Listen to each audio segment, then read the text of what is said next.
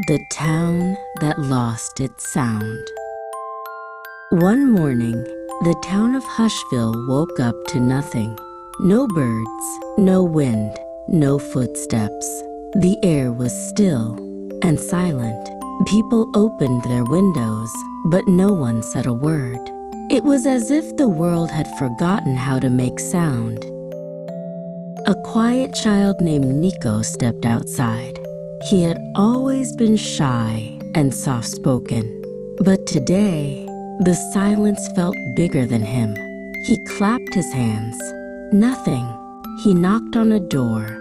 Still nothing. Even his own footsteps made no sound. While wandering, Nico found an old music shop. Its windows were dusty, and the door creaked, but without a sound. Inside were violins, pianos, and flutes, frozen in stillness.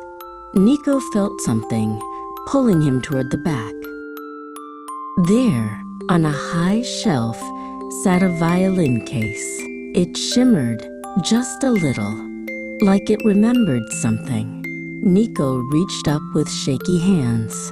The moment he touched it, he felt a tiny hum, not in his ears, but in his heart. He opened the case slowly. Inside was the oldest, most beautiful violin Nico had ever seen.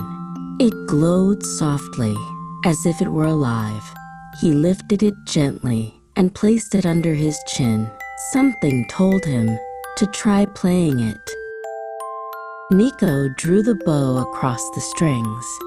One note, soft and wobbly, filled the air. A glowing music note rose from the violin and drifted out the window. Outside, a bird blinked and flapped its wings. Something was waking up. Nico played again. This time, 3 notes danced into the sky. The clouds began to drift. A dog barked far away. Doors opened. People stepped outside.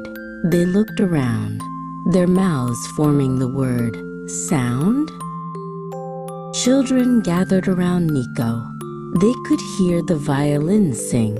Each note brought back laughter, chatter, and cheer. A little girl clapped, and the sound was real. The town began to glow with sound and color again. Soon, music filled every corner of the town. The wind whooshed, leaves rustled, laughter rang out. Hushville wasn't silent anymore. And it was all thanks to the quiet boy who found the forgotten melody. That evening, Nico placed the violin gently back in its case. The shop now glowed with life.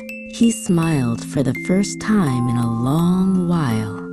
He didn't need to speak much, because sometimes the quietest hearts make the loudest magic.